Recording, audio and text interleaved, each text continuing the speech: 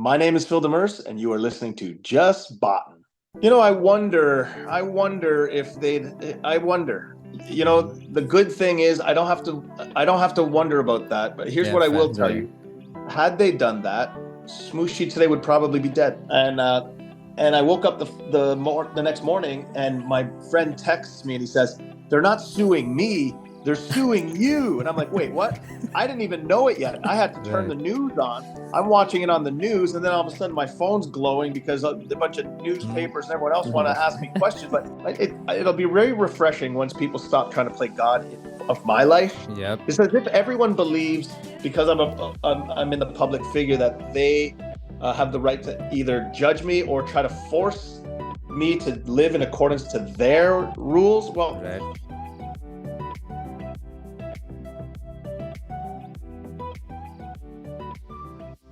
Hey guys, welcome back to Just Baate. My name is Aswin. We bring in people from all around the world to talk about their life and experiences that hopefully inspire you, because they definitely inspire us. Like always, I have Praatibh alongside with me. Today's guest is very, very special. Also because it's a topic that both Praatibh and I are very, very passionate about. He saves lives, he fights for lives, and he's been doing this for the past 10 to 12 years. He's called the Walrus Whisperer. He's saved a lot of marine animals' lives, and he continues to fight for them. It's something I'm so passionate about. Phil, thank you so much for joining us. it's my pleasure, guys. Thanks for having me. Now, Phil, I'm going to get straight into the questions and the most important, probably, bit of this podcast itself. Smooshi and her son, they're finally being moved to Abu Dhabi. Yes. And we'll also get into who Smooshi is. Okay, so this is a bit of a long question. It's taken you almost 10 years of your life. An owner who stalked you, a lawsuit filed by them, which they then took down, conditions that they didn't meet of yours, and so many things for Marineland to come to this position.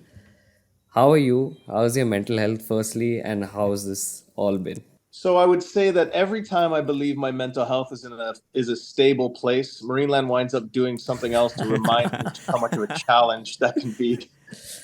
So whereas maybe last week I thought I was in a really good place, the last couple of days has been a little bit like a roller coaster, but I'm still hanging in there, which is the good news.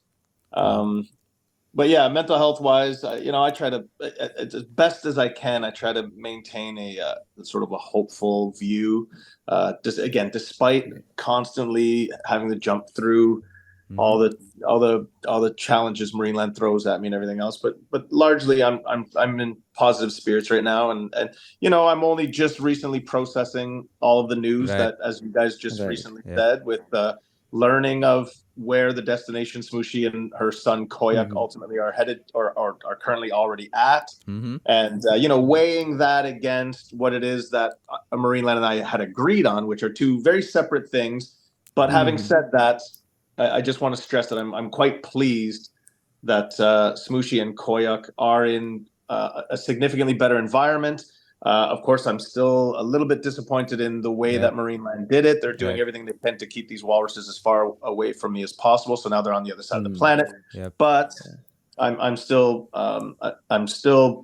largely relieved that Smooshi and Koyak are no longer at Marineland, because that was my objective number one, and I'm very satisfied to have met it. Exactly. Firstly, I mean, huge congratulations to you. I mean, this is a big thing for you, I think, personally, and also in the fight against cruelty against animals. So this is huge. And talking about Smooshi herself, for the people who probably don't know, can you just talk a little bit about Smooshi and the kind of relationship you formed with her over the years? Certainly. So back in the early 2000s, Marineland was collecting a number of walruses from the wild. So in Russia, they were catching them from the wild, and then they were selling them to Marineland and bringing them into Marineland. Well, in Smooshi's particular case, when she was brought in, she was a little bit traumatized.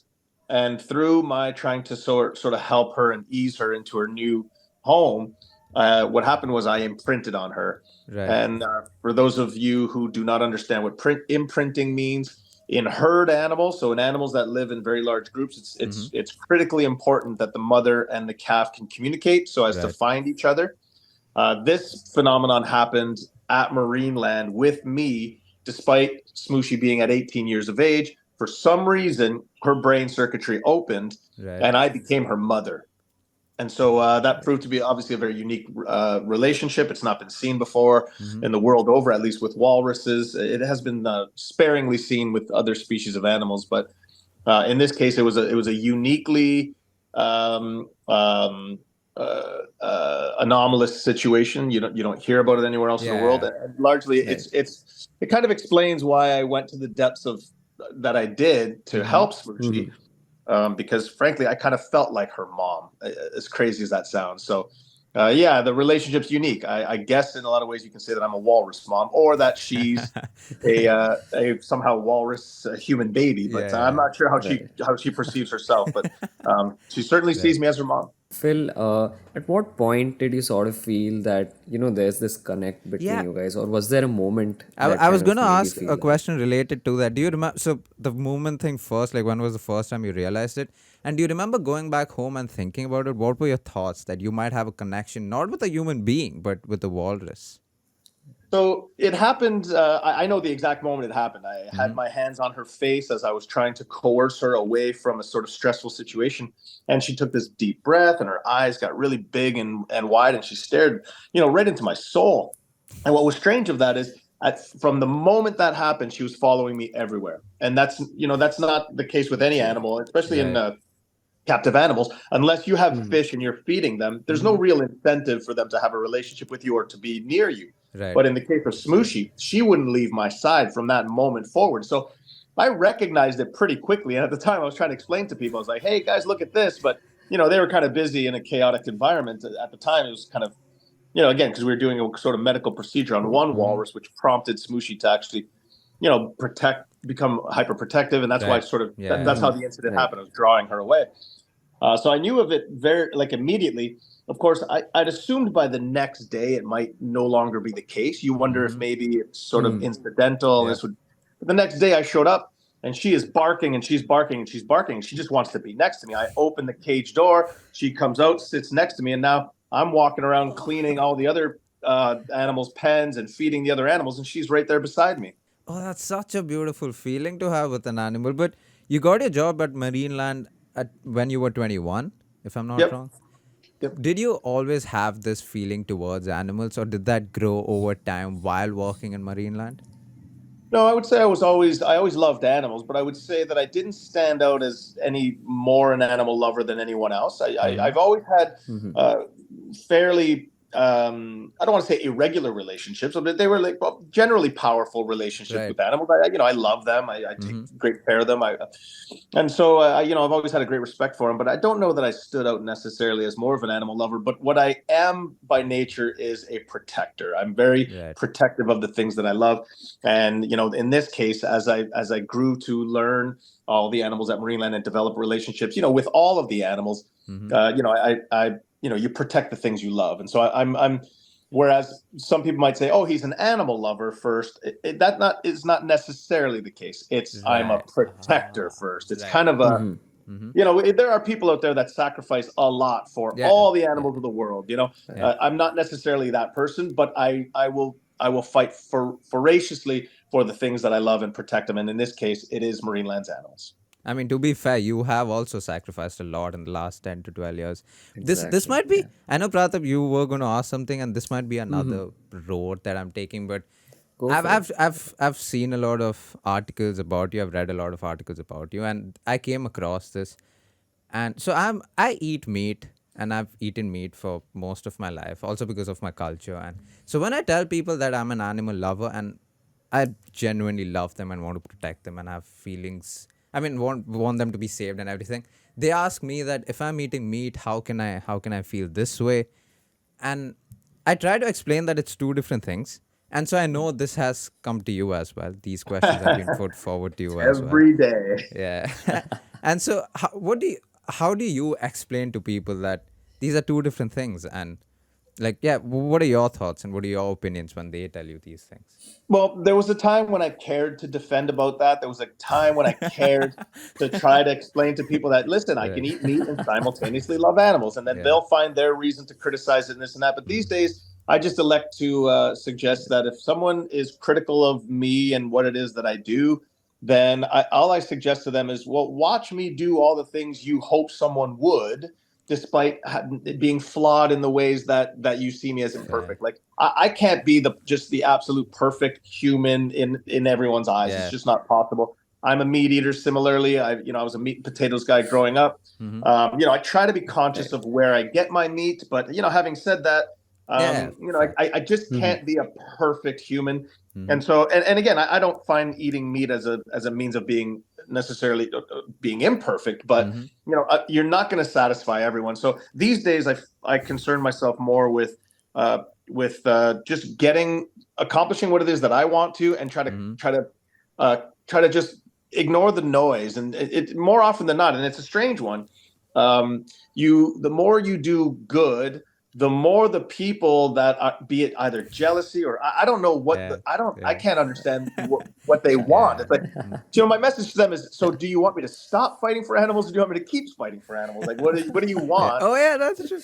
Yeah. And the other example I give is, look, there are people who are vegans and they're doing their thing, and that's wonderful, but not everyone is a vegan. So you want to sort of break out of what's called the echo chamber, the place where you're always sort of talking in circles with the same people. You want to break away from that. So I like the idea that there are people in the world, hunters, that support my fight. There are people that really? Yes, of course. There's hunters, there are farmers. I mean, there's all walks of life that support this fight. There's guys out in the oil rigs up north that with big diesel trucks, and these are like really awful environmental spaces, and they've got stickers on the side of their helmets that say "Save Smooshi." This is how you become impactful in life. Big trucks with the "Save Smooshi" stickers on the side. That's crazy.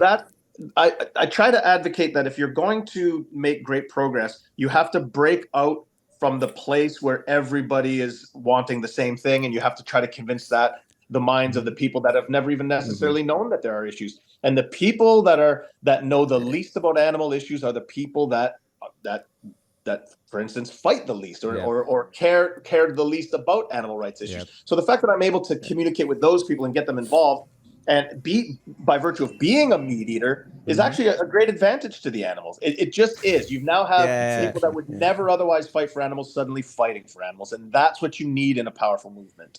Oh, that is so beautifully put. I think I'm going to show this to them when they ask me. And I was just going to say, I feel like if it wasn't for you eating meat, they would have picked on just something else, just because they have a reason to pick on something. Well, frankly, the meat eaters would have wrote me off. They'd have said, "Oh, he's just another one of those people," and it just wouldn't have been as effective. That's true. It just wouldn't have been. Like people like that I swear. People like that I smoke a little bit of weed. It's legal here in Canada. They like that I have a certain edge to me that's imperfect. That I'm sort of the anti-hero. I'm the guy that you can't love me entirely, but you can't deny my work. And fairly.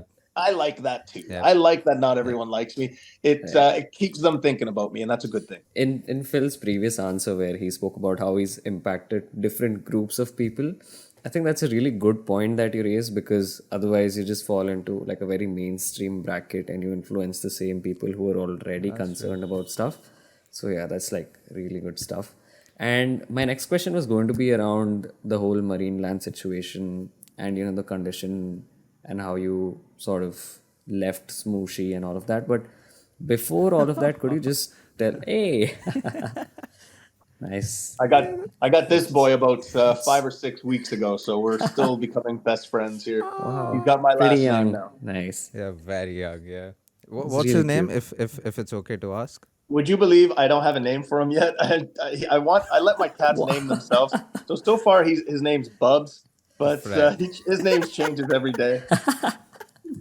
Yeah, my question was around the lines of, firstly, can you talk us through Marineland, and when did you sort of identify that the situation there with the marine animals is going bad, and when did you pick up, when did you kind of like go at them or sort of blow the whistle on them? So I would say that even on the very first day that I worked there, and now that has more to do with the fact that I knew nothing of the environment, I knew nothing of the industry. Right. My very first impression of Marineland was, wow, this place is really awful. I was actually kind of shocked. But because as a then 21-year-old, I was more, I didn't want to quit the very first job that I felt was kind of cool. And so Yeah. I put my faith in the people that were there and seemingly knew what they were talking about. So I accepted that maybe they know more than I do. So maybe I should just keep my mouth shut. Maybe I should just be a good employee. And so I focused on being a good employee despite sort of my concerns. And then over What time, were these concerns, if it's okay to ask? well, just the environment. Right, The right. very first time you Okay. see the backstage area, the place where the public doesn't see, and you can see clips of it on the internet and whatnot. I've taken video and I've produced the evidence, it's out there. But it's a very underwhelming space. It's really gross. It smells bad. The cages are rusty. The pools are very small. It's just not what you expected. I mean, I didn't know a lot about Marineland before working there, but what I assumed was that they would have cared about the animals enough so as not to leave them in like sort of squalor. And when I got there, there's no other way to describe it. It was pretty awful. It was pretty awful. But again, my intention was to just be a really great employee. So, you fast forward a few more years, suddenly Smooshi shows up in the picture. Well, that complicates things for me because even if I wanted to leave, it's kind of more difficult for me. Smooshi relied on me for care. She when I was away from her, she was very depressed and stressed. In fact, she would stop eating, and so the prospect of leaving became more and more difficult. Of course, that changes when Smooshi herself becomes subjected to levels of abuse that you just can't stomach. And so ultimately, my decision to leave weighed heavily on how she was being affected. And that I couldn't have lived with myself if I was to allow for her to die quietly, given the situation that given the deterioration of Marineland. And so that's when I ultimately was inspired to speak out. Isn't there something you could have? I mean, this might be a naive question, but I'm just curious. Wasn't there something you could have done if you continued to work for Marineland and help Smooshi? Yeah, so I did try, and I was quite vocal, and what became was I became a problem employee. It became pretty evident to the veterinarian, to the administration, to the owners that, okay, this guy's becoming a problem. And so they started to dial back some of my responsibilities. You could see that they were sort of trying to, I don't want to say they were getting rid of me, but there's probably a good chance I was going to no longer have a job in a matter of some time. And so I was conscious of this. I could see that they had intentions of making sure that I wouldn't speak out. It became pretty evident to me. So, I made a bold decision, I would say probably right before they were about to.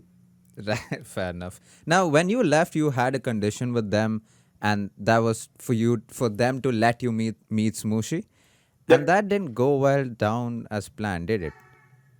So, are you talking about the first time around? So when the you first when you time? Okay, yeah. So when I quit, I would not have quit unless it was with the understanding that if Smooshi needs me, you call me and I'll be there. Yep. And so they honored that once, and I went in. It wasn't for Smooshi; it was for another dolphin, but they wanted for me to help her, and so I was happy to. And then about a month after that, when I'd been gone for the longest, I've actually been separated from Smooshi. I went back, and that's when Marineland was trying to keep me out of the park, and that's when I realized, okay, they had broken the agreement that we had made. But yeah, Marineland had every intention of trying to keep me out. I was very blessed and lucky on that particular day to be escorted in by the owner's son.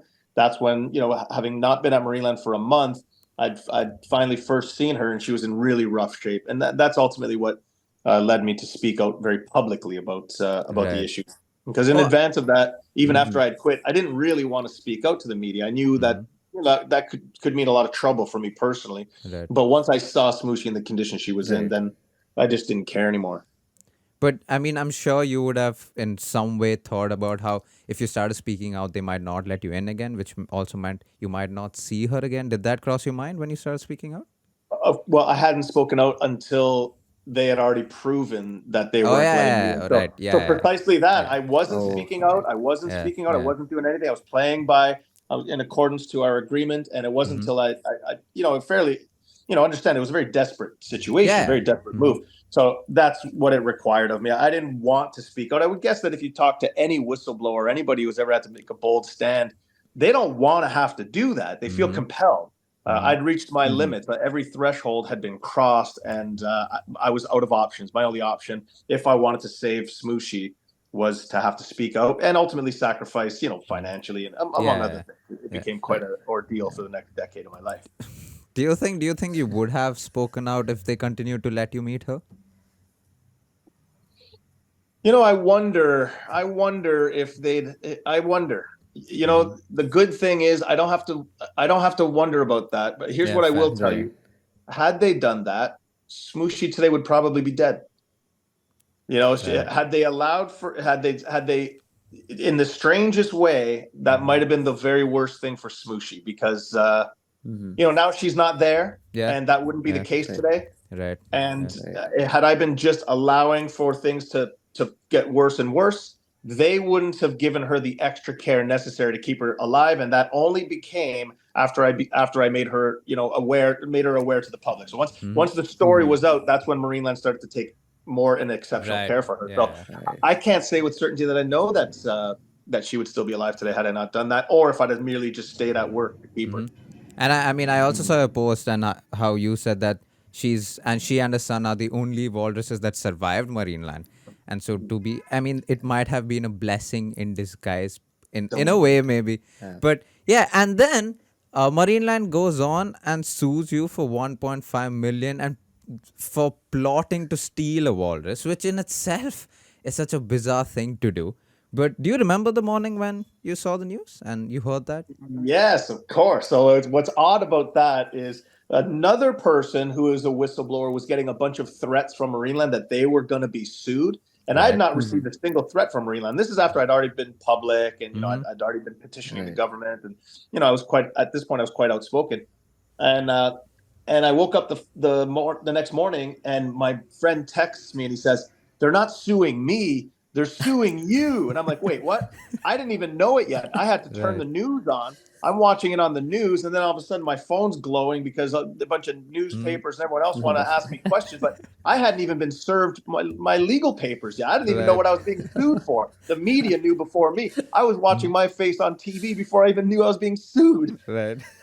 So it was crazy. It was crazy. But I'll tell you something. When I did eventually finally get served with the actual paperwork and I was able to sift through it, a large relief came over me because it was entirely fictitious. It was almost a scripted comedy. It was so absurd. I mean, you guys are laughing at your end, and I'm still laughing. I mean, plotting to steal a walrus. The funny thing is, I never had an idea to steal a walrus until they sued me, and I thought, maybe I can force them to move the walrus because I know they won't want to go to trial with a lawsuit that's not real. That's true. Yeah. That's when the idea to actually steal a walrus came from. So, frankly, I gotta.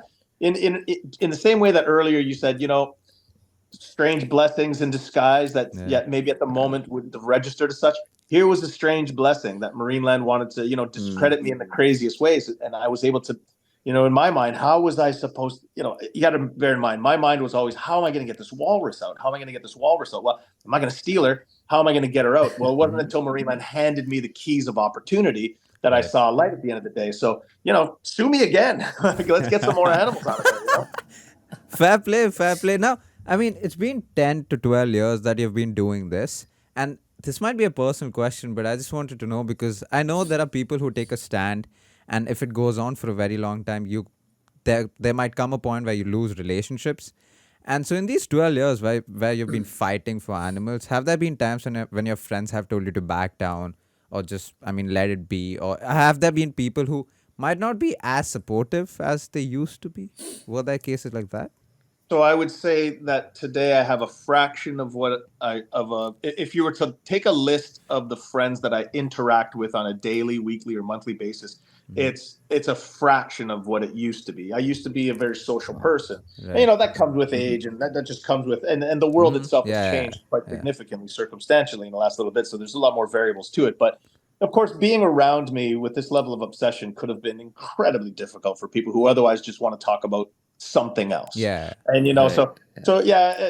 but to be fair, in observing my life in retrospect, you qualify certain people as friends, you qualify certain people as people you trust and believe will be there forevermore. But the reality of life is people come and go, and that's just the nature of it. And I'm accepting of what my fate in life is, and I'm not going to reject what became of my life for the purpose of trying to keep things how they used to be. And so I've got different people in my life today, people that today suit my life a little bit more Right. than maybe they used to. Yep. And it's not to say I can't pick up a phone anytime and talk to people that I used to, but I'm not the same Phil Demers that I would have been back then. There's just been a lot of evolution, if you will. Yeah. I mean, Phil, Praatibh, before you ask your next question, Yeah. you are, I mean, I'm sure you hear this a lot, but know that you are a beautiful human being and you have been doing so much, not only for other animals, I mean, for yourself too. Like you said, you've grown in these 10 to 12 years. But know that you're doing a fantastic job. And there are a lot of people like us who look up to you, who have followed you for a long time. I mean, I followed you for a long time. I just didn't know if I'd ever have an opportunity to speak to you. So I mean, it's for me, I'm lucky and I'm blessed. So you should know that you are a fantastic human being. And I know. I appreciate that. Yeah. It's kind to hear and quite timely. So thank you. No, I mean, thank you. And I know you touched upon this, but I just wanted to get into a little more detail about what it's like in Marineland or even Sea World, for example, when the crowd is not around, when the shows aren't going on. What are the animals treated like? Because I know, for example, like dolphins and orcas who are very social animals, but they're left in this tank and there's just 2 of them or 3 of them who don't even know each other. And so what is it like for them to stay without the crowd or the show that's going on?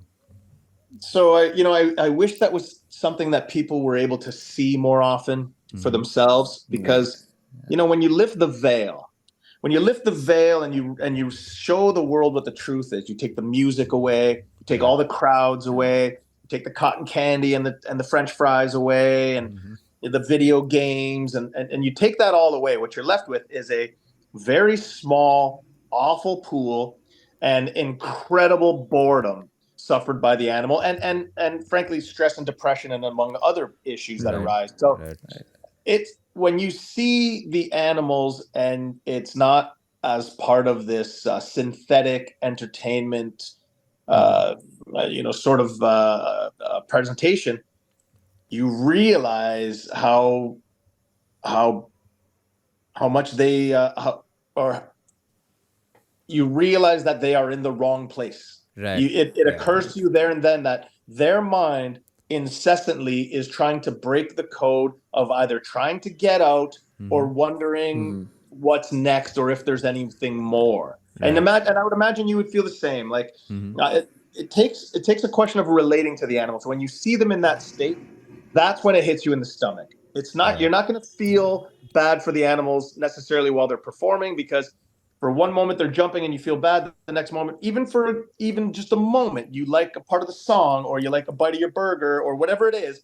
It just briefly changes things when all of that is stripped away, and all you see is the animal in an unnatural environment, suffering from depression, boredom, psychosis, and everything else.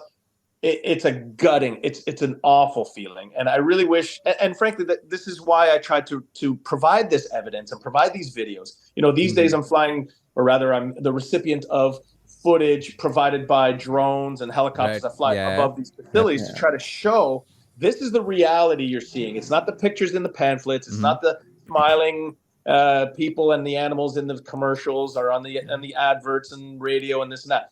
Here's what is real. And so I'm trying to be that voice. I'm trying to filter the lies and provide for people a chance to see the truth. And is that your next goal in terms of helping orcas and helping dolphins and helping other marine animals in Marineland and SeaWorld? Is that the goal? Is that where our next step is? So my next chapter is I'm starting a non-for-profit along with another activist, and it's known as Beautiful. Right. Yeah, it's called URGENSEAS. So URGENSEAS. So URGENSEAS.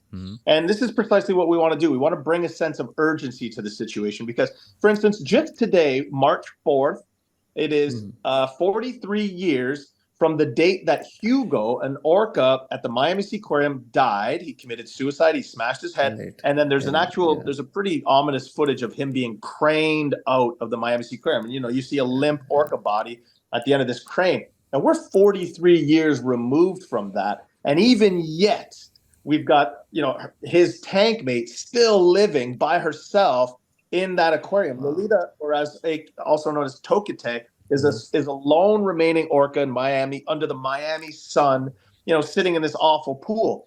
Well, a lot of people just don't realize this stuff. They don't know the atrocity of what became when Hugo died, and they don't necessarily know what's happening with Lolita. So Right. I want for people to know what's going on, and in every which way, shape, or form. And I'm willing to stick my neck out in a lot of ways as well. People are familiar now that I'm willing to absorb some sacrifice and some pushback. But I feel as though those animals' voices are not being done enough justice out there. And I want to make sure to eliminate the dangerous voices, which is the ones that are lying, and provide for people a different reality, a more accurate reality. But that's absolutely the case. I'm looking to change laws. I'm looking right now to focus in the state of Florida because there's a lot of dolphins in captivity, and in this case, a single orca. But the state of Florida should not have an orca whale in a tiny pool. It's just awful. And she's been there for 53 years. That's a crime beyond comprehension.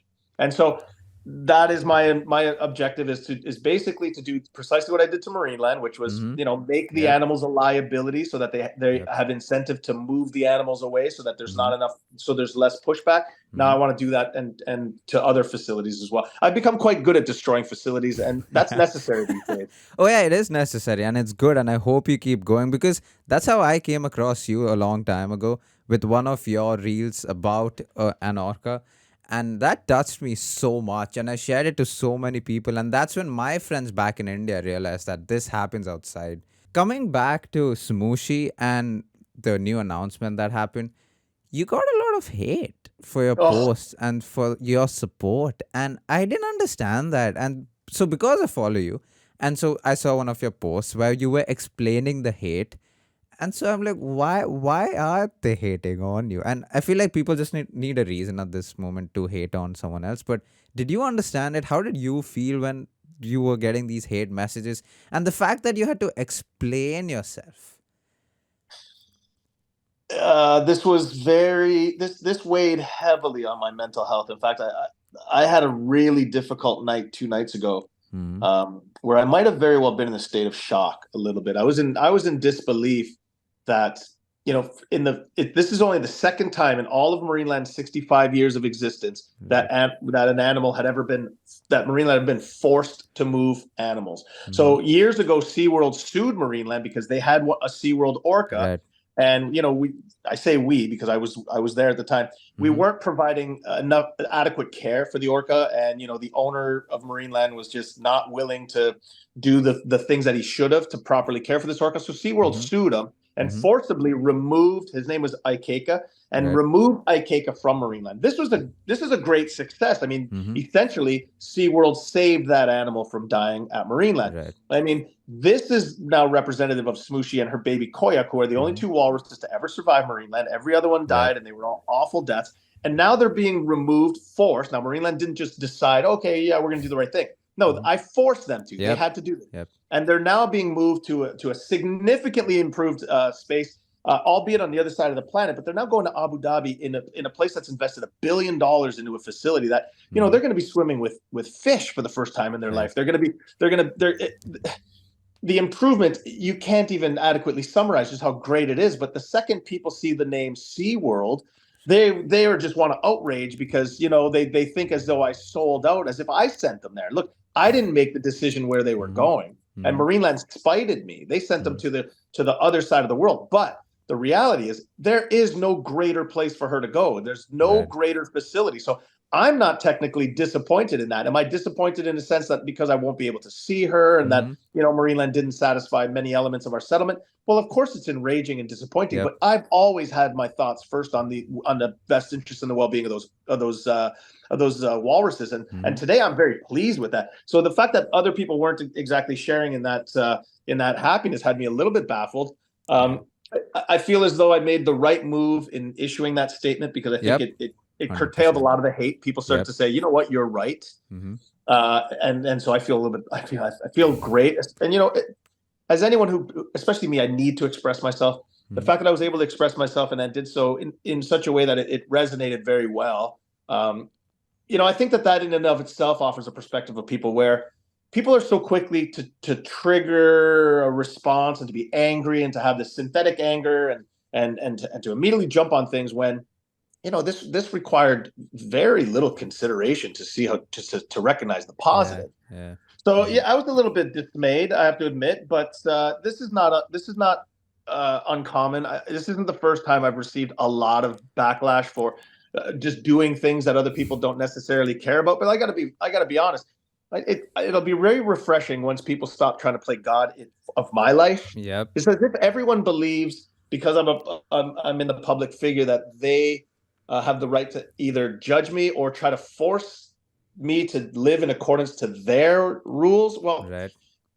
all I would wish them is best of luck. Marineland tried that with me. We see how that ended for them. So Yeah. I would just, I just kind of invite them for the same. Hey, listen, if you really think you could change me, keep trying and come get it. I have a strong feeling you're gonna hate what becomes of this thing. That is But that's just the awesome. way it is. Yeah, It comes I with mean, the territory. yeah, I was really surprised with the hate that you got. And I mean, the statement that you provided explained everything so well. And I was so happy because I could see so much love after that post. But I mean, you reiterate and say that you can't meet Smooshi. And can you not go to Abu Dhabi and meet her? Can that not be possible? Do you think she'll remember you?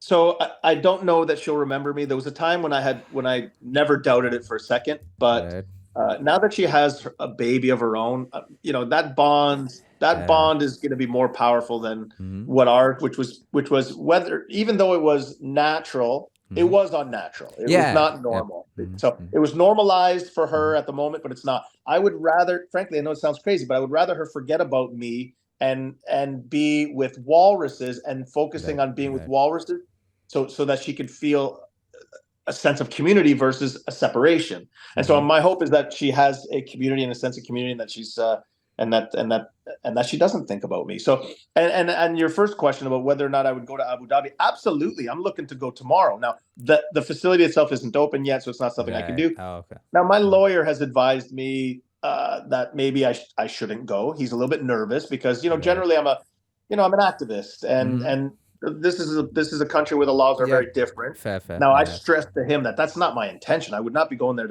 I'm very pleased. In fact, I would like to go there and offer an endorsement of sorts and create a very positive PR campaign for Sea World in this case. But that's something that's going to have to ultimately be discussed and negotiated through them.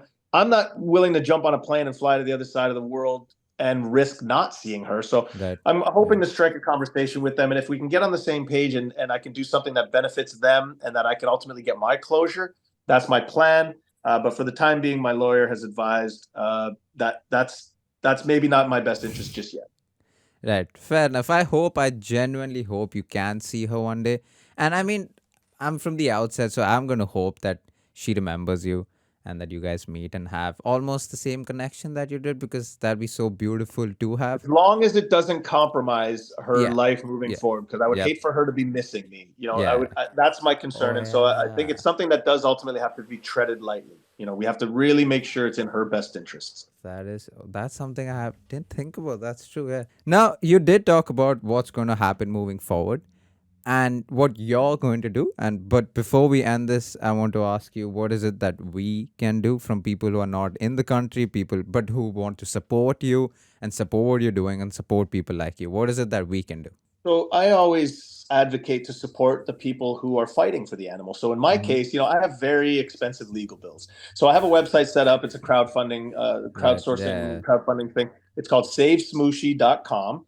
And so, if for someone who wants to participate in what it is that we do, but they can't necessarily allot their time and energy, well, they can spend money.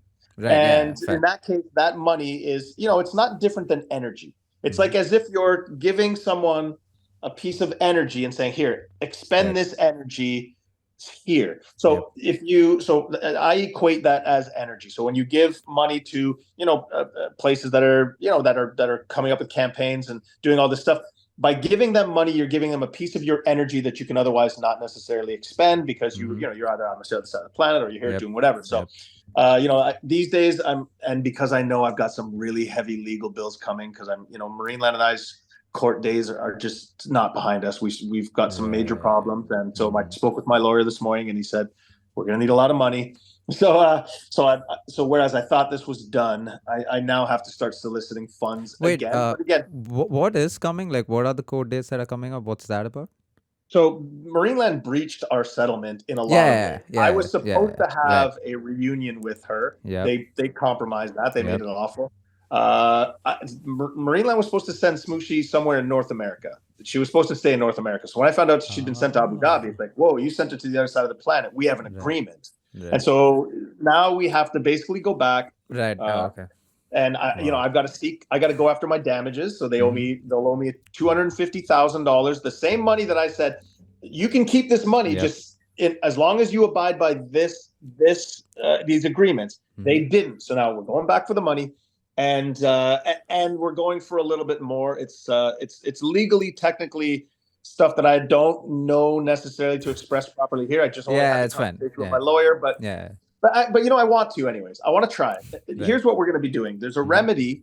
There's a remedy where when someone breaks a contract and they benefit from it, there's a remedy where the benefactor should have to actually take those remedies and give it to, the original contract benefactor. So in my case, Marineland might very well have said, hey, let's just use a facility in the U.S. that is a AZA, so American Zoological Association affiliate. So let's say they went to them and said, we want to sell you 2 walruses. And let's say they said, okay, well, we'll give you 100,000. And they were like, oh, cool. And for instance, in this case, that would have satisfied our contractual agreement. So I wouldn't have been able to really do anything about that. But because instead of that, they went and sold to another place, if in fact they sold and they were incentivized with more money or whatever it is that they got, those are ill-gotten gains. They only got that, whatever it is,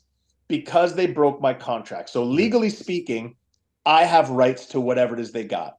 So my lawyer is now going for whatever she was sold for, whatever profits that SeaWorld stands to make, whatever profits Marineland made, that should be mine. And my lawyer and I have agreed that we're going to donate all that money towards an animal rights organization, and we're going to use that money to further fight for more animals. So that's the goal and the dream this morning. Wow. That is a fantastic goal and dream.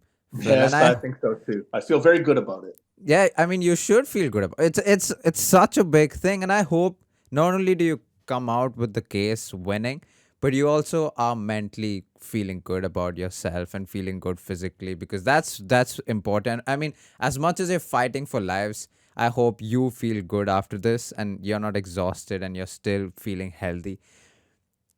One day, maybe one day. Yeah, one day. Hopefully one day. Phil, this is how we end our podcast. Are you a tea or a coffee person? Yes. No, which one do you like more, tea or coffee? I love coffee. Yeah, I'm a coffee person. In fact, I just finished one and I'm going to have one right after this. Fair enough. Phil, thank you so much for joining in. It was a dream of mine to meet you one day, to be able to speak to you. I had never imagined it. So yeah, thank you so much for taking so much of your time and being part of this.